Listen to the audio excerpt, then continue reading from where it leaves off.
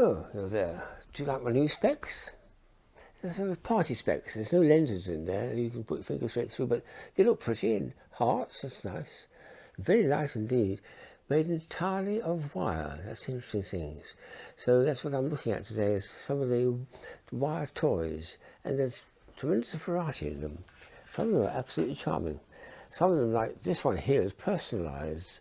You can see these people sometimes in big cities in summertime in street markets making these in front of your very eyes. They start off with a bench full of long bits of perfectly straight wire, and 2 or 3 minutes later they manage to carve that with clever little pairs of pliers with soft edges to them, so it won't damage the actual wire, which is a very shiny one. So, but here's my name, Timothy, perfectly produced and readable. And you can then put it on a table or something like that, and it sits there on your desk to remind you who you are, if you need that sort of thing. Next one's a bit of a cheat because it's not entirely wire, but the wire is the main driving force. It's a German product, and it's just very, very pretty action. Just a wavy bit of wire and these little colourful pins, absolutely charming the way they can wiggle, wiggle, wiggle. Here we go. Isn't that sweet? Very nice effect. And they had a machine on the stand at Nuremberg where they're doing that all day long, back and forward that way, and then this way like that. So a lovely little visual thing to look at and admire. But the main constituent of it is wire. This is one which apparently comes from Mexico. It's a very pretty little thing. It's got a nice sort of square waving there, and it's got a star woven into there, and little waves here. What's nice about it is the acoustics, which are very, very nice indeed. So if I bang it on the table, and you hear, and then I can add another effect. Bang it, and it's a beautiful sound, isn't it? It's absolutely beautiful. Very, very nice indeed, and very unexpected. When I picked it up, I didn't realise, I don't think there was anything hard nearby to bang it against, so it was a later discovery after I bought it. So. The next one is a very clever bit of design by a Japanese professor.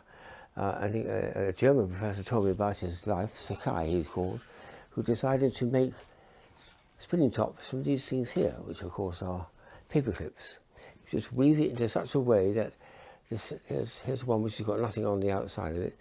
You make a start, it starts here with your finger holding that, that's the spindle it's going to go on.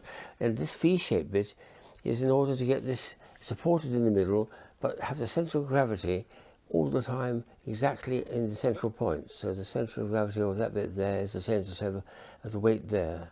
And then it will work as a spinning top quite nicely. It could go quite long too. That was probably made from one of those paper clips. It doesn't take long to make either, but at the end of it, you've got to adjust the central part to make sure, as you're holding it in the hand, it doesn't have a preference to sit in that position or that position. There's no heavy part and light part. So it's a bit of fuss to get it working properly. I actually used to have it on a pair of tweezers like that and see if it rolled one way or the other. So here's some other examples. This one's got a plastic cover, which very often paper clips have. So here's what it turned out to be. You take off the last little bit, incidentally, of the plastic, so you've got a clean point of the metal itself underneath, and then it spins very nicely. And because it's very well balanced, it goes on a nice surface too. It goes on a surprisingly long time. While that's still finishing its course, I've got 2 others. They're much prettier, of course, if you left, but each time you must make sure there's a bit, but it's much prettier if you've got some. That's actually got a little bit extra, it's got 2 turns on it. And the last one is a striped white and red bit, which does a little bit of turning. That's very nice. And on a smooth table, it's perfect. So Sakai, I'd forgotten his first name, but Professor Sakai has invented a wonderful thing there, which people of all ages, from quite small children, it's a few, perhaps about 7 or 8, with they're adept with their hand, can start making a perfectly functioning spinning top, which is a remarkable achievement to do. Here's one that we had on our website for quite a number of times. This is the very first version I got, so it's quite rough. But you've got that curious looping wiring bit, and the 2 are interlinked. So the effect is, when you pull them, it appears as though they're trying to unwind and separate out. But in fact, they're the same distance apart as when you started there. It looks for all the world as if they're slowly coming undone, but they're not. Very clever idea, that. Let's try it vertically as well. It's just the way it's spinning, it makes an optical effect, that it's undoing and undoing and undoing, and it's not even doing any of that. It's just revolving round and round in the same place. But a clever bit of optical illusion, that. The last piece is a wonderful monster I picked up at, I think again in Nuremberg, which is made in India. There's a stand full of Indian craft toys. This is delightful. It's mostly wire. There's two little tin plate aeroplanes. It sits perched on a piece up there, so it doesn't start acting. And then to make it work, you just put it on there. There's a stiff bit of wire supporting the whole structure, and then there's this spiral wire which allows it to start rotating.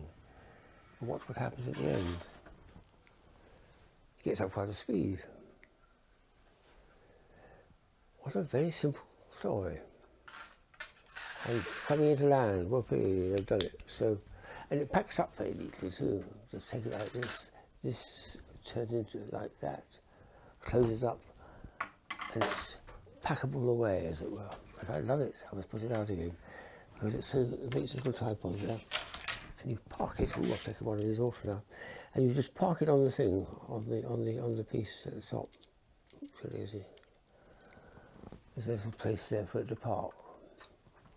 Perhaps I'll do it one more time because I love the ending when it falls down. There we are. Off you go, fella.